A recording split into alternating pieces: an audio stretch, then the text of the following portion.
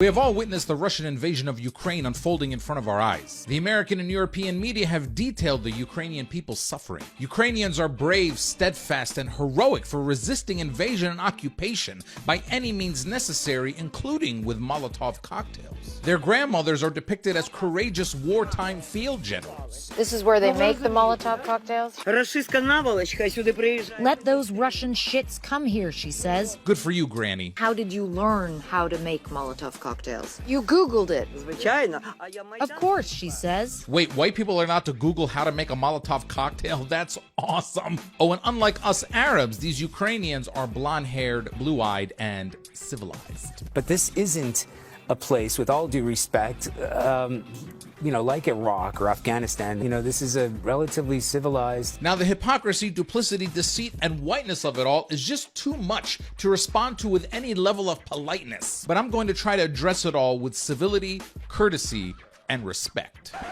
No, I'm not. You think we're uncivilized? Since the beginning of the 20th century until today, when we've had modern warfare tactics, the white world has killed exponentially more people than the uncivilized brown world. 20 million in World War I, 60 million in World War II. Pretty civilized. Was it civilized to drop an atomic bomb on Japanese civilians in Hiroshima, killing 80,000 people instantly, 30% of that city's population, ravaging future generations, and then knowing all that mass destruction and murder, doing the same thing in Nagasaki 3 days later? Are we really going to be lectured about civility by a society that, upon invading this land of America, promptly massacred the natives, stole their land, expelled the rest of them, and then has the audacity to name its new states after the people they stole it from? Who do we steal this one from? They call themselves Dakota. Okay, cool, but there's a lot of land here. Yeah, you're right. We'll do a north and a south. Very civilized. I'm definitely not going to be lectured about civility by a society that, upon arriving on the shores of America in the early 1600s, immediately started enslaving black people, did that for 150 years, then wrote a declaration and a Bill of Rights that said all men are created equal, then kept enslaving black people for another 100 years, then killed 600,000 of each other over whether or not slavery was a good idea, then raised statues of the people who thought it was a good idea, then implemented segregationist Jim Crow laws for another 100 years, and today still kills unarmed black people in the streets and crowdfunds to defend the murderers. I mean, give me a break.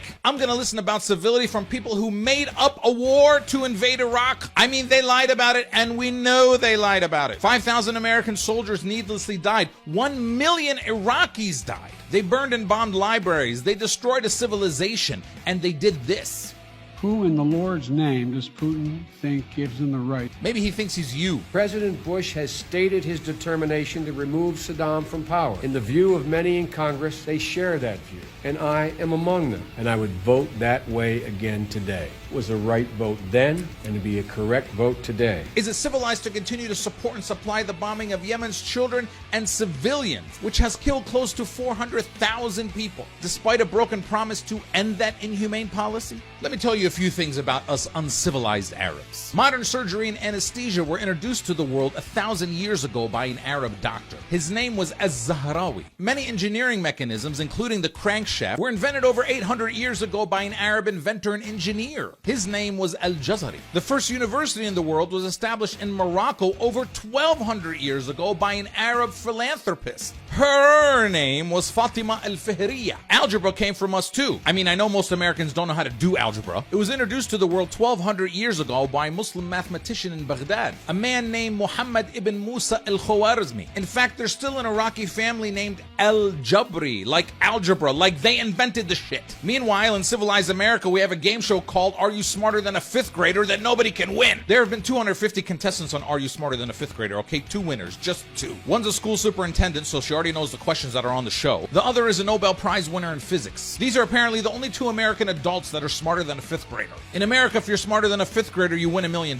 In Iraq, if you're smarter than a 5th grader, you're 11 years old and you go to the 6th grade. That's it. There's no prize. And you know what? 800 years ago, the city of Baghdad had municipal sewage for its 1 million residents. At the same time, European kings and queens were still shitting in a hole in the ground. Who's civilized now? Then we have the most civilized of them all, Israel, supported by almost the entire civilized white world. Israel massacres whole family and carpet bombs high-rise buildings in Gaza, a city made up of refugees refugees, people who literally cannot escape. They even watch the bombings and cheer from their hilltops. Quite civilized. And what does Israel think of refugees? Well, if they're Jewish, we welcome them with open arms and make them citizens immediately. But if they are Yemeni Jewish, we have to steal their babies. And if they're African Jewish, we have to throw away their donated blood. And finally, and this is very important, if they're Palestinian refugees, they're a demographic threat, and they can never return to destroy our civilized democracy. Palestine has actually been ground zero for the civilized hypocrisy for centuries. You know that guy you civilized people pray to every Sunday? He's Palestinian. We prayed to him before you did. We still do. And he's our cousin, our uncivilized cousin. He doesn't belong to you. You can borrow him every now and then because we're generous, but you can't have him. You even tried to make one of our Palestinian heroes one of yours, civilized idiots. And where was the outrage when she was sent to jail for 7 months? Get your own teenage hero standing up to occupation soldiers. Don't steal ours. So what I'm trying to say is this. War is ugly no matter the perpetrator or the victim. Refugees deserve sympathy, help, and justice no matter their ethnicity, race, religion, tribe, or whatever. Hopefully the civilized world will figure that out one day.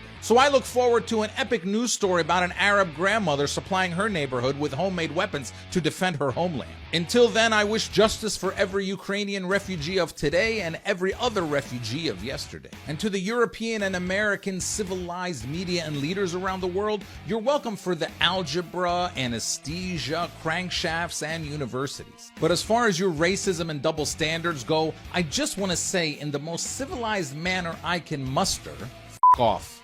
Thanks for watching.